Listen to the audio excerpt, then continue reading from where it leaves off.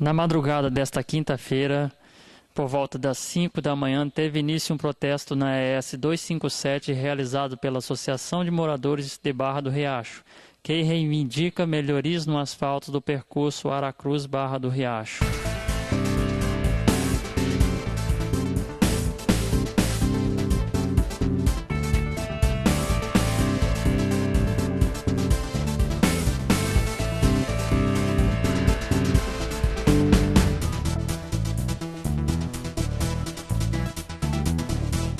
O qual provocou engarrafamentos de aproximadamente 17 quilômetros na ES 257 e só terminou após a chegada e a negociação entre os moradores e manifestantes de Barra do Riacho com a subsecretária de Movimentos Sociais do Espírito Santo, Leonor Franco de Araújo. Isso aqui com o Tiago Porto. Tiago, qual o motivo da manifestação? Por que vocês interditaram a rodovia?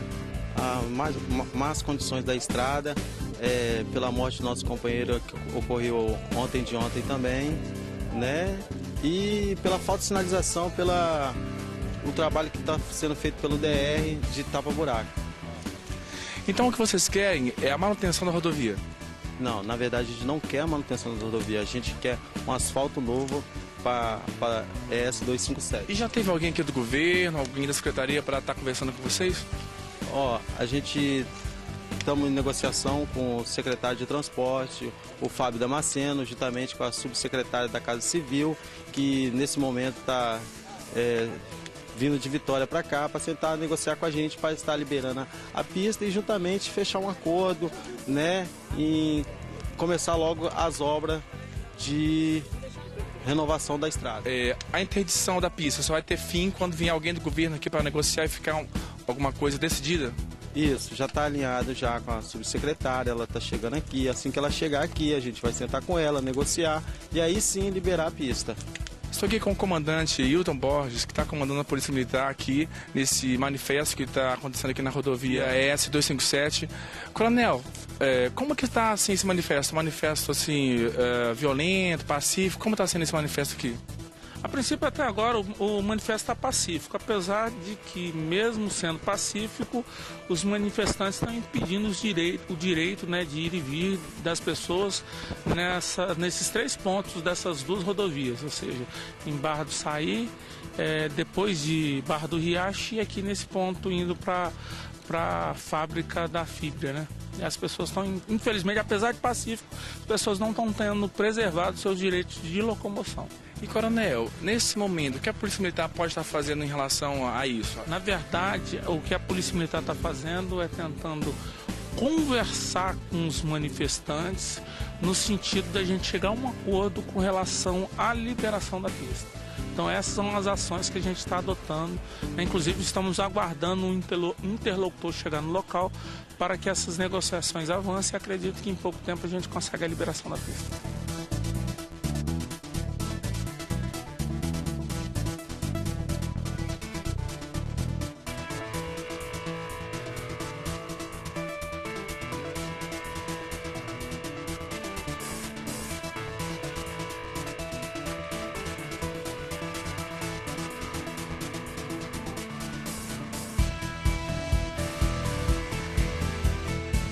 Então, olha só, eu pedi a vocês, nós que estamos lá nas comissões de dia, a gente ia ali conversar com eles sem tumulto, a gente volta aqui e passa para vocês que o movimento retornou. Inclusive o secretário Fábio falou comigo. Por que o movimento retomou hoje? Primeiro, por causa da morte que houve, né? Então a questão do tapa-buraco não funcionou, não fluiu, os quebra-molas na Barra do Saí com os tachões não foram colocados, não houve aumento do número de ônibus e a empresa começou o trabalho de estudo da S010 e não procurou a comunidade. Então, das 4 reivindicações principais que a gente colocou para o governo, nenhuma delas fluiu, né? E aí a gente teve que se mobilizar novamente por essa questão do acidente que ocorreu aqui, para que mais vidas, mais famílias, mais mulheres não fiquem viúvas, mais crianças fiquem órfãs. Então é um problema sério. A gente sabe dessa reestruturação, reabilitação da S010, que já tem sido falada muito, da 257, mas nada fluiu, né? Então a gente gostaria agora de um posicionamento contundente, né? E aí, em contato com o Fábio, ele já colocou dessa reunião na segunda-feira, inclusive de estar trazendo uma procuradora para estar assinando um documento. E aí a gente quer essa confirmação e depois para poder passar também. A reunião está confirmada com a procuradora na segunda-feira, tá? Ela vai vir para poder assinar o documento com vocês. O DR nos falou que na segunda-feira abre a licitação, tá? Para fazer a obra. Vocês vão ser chamados, inclusive, como já foram, para a questão das alterações no projeto, que são necessárias, que vocês reivindicaram. Então a gente vai acompanhar isso também com vocês, para que vocês estejam presentes em toda a negociação que o projeto vai tocar, tá? A questão do quebra-mola, a gente vai ter que fazer uma conversa, tá? Para que isso seja providenciado ou tenha uma outra solução. Se não é o quebra-mola, o que nós vamos colocar lá para que isso possa ajudar vocês, principalmente os pedestres, os ciclistas, nesse tráfego aqui, que é complicado, a gente sabe disso, né? A questão do aumento das linhas de ônibus é uma negociação com os empresários, que inclusive está nos ajudando nessa negociação, o Léo, que é o presidente da CETURB.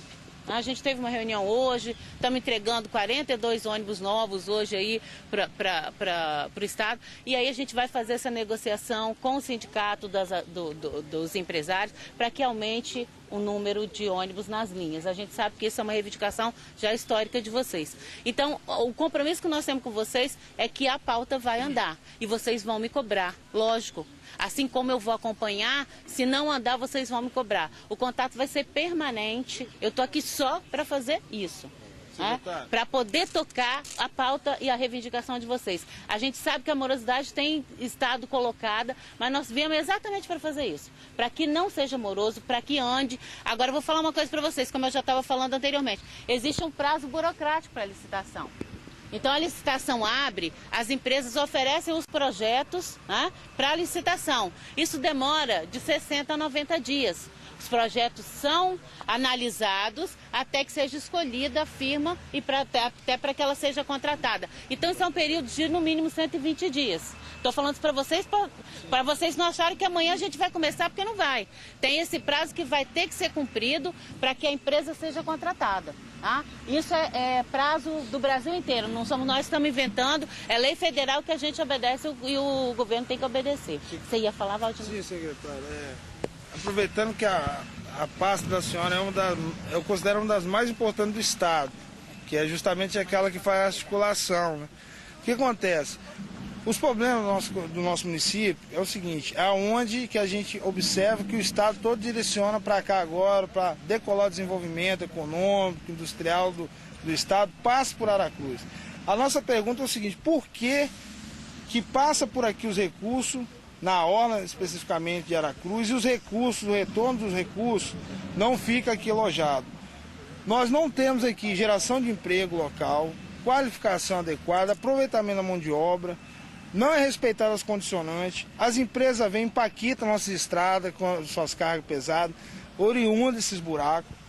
A empresa que presta serviço de tampa buraco, ela vem, abre o buraco, porque tem que abrir e fazer o serviço até melhorado, porém fica 10, 15 dias para tampar, ou seja, um buraco de um diâmetro se torna um diâmetro 4 vezes maiores.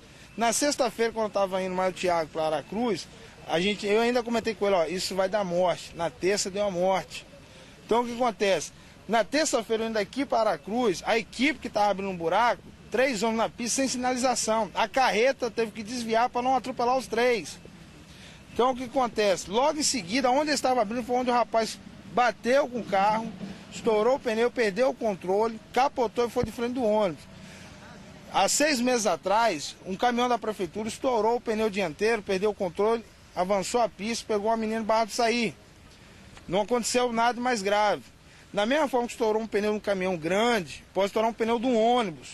E aí nós podemos ter uma tragédia de 30, 40 pessoas mortas. Então o que a gente pede hoje, de imediato, é que a equipe que venha trabalhar tenha responsabilidade em sinalizar, abrir o buraco, já tampar logo em seguida. Porque assim não adianta. E aí cumprir os acordos que a gente vai nas pautas. Entendeu? Então essa é a nossa maior reivindicação. Porque uma família hoje está destruída. No período de 12 meses, nós tivemos 5 óbitos nessa rodovia. Eu acompanhasse numa visita, para poder ver tudo o que vocês estão falando, para que a gente fotografe, porque isso é importante para depois a gente fazer a conversa com o município, com as empresas, para ver se a gente chega a um bom andamento, né? Para ver no que a gente pode avançar. Por quê? Vocês sabem que o país é uma república. Tem o que compete ao governo federal, tem o que compete ao governo estadual e tem o que compete ao governo municipal. Nós, em momento nenhum, podemos interferir nem na esfera federal, nem na esfera municipal, mas a gente pode conversar. A gente pode ter parcerias, a gente pode chegar a acordos e fazer com que isso caminhe, tá? Então, a gente vem na segunda-feira para fazer essa assinatura com a promotora. Eu queria que vocês priorizassem essa pauta para mim, por escrito, para que a gente tenha, vocês entregando a pauta para a gente por escrito, com tudo isso que vocês estão falando, com todas as denúncias que vocês estão fazendo. A gente vai verificar essa questão da empresa que está prestando o serviço. Quando você faz uma licitação, o que a firma vai cumprir é aquilo que estabelece a licitação.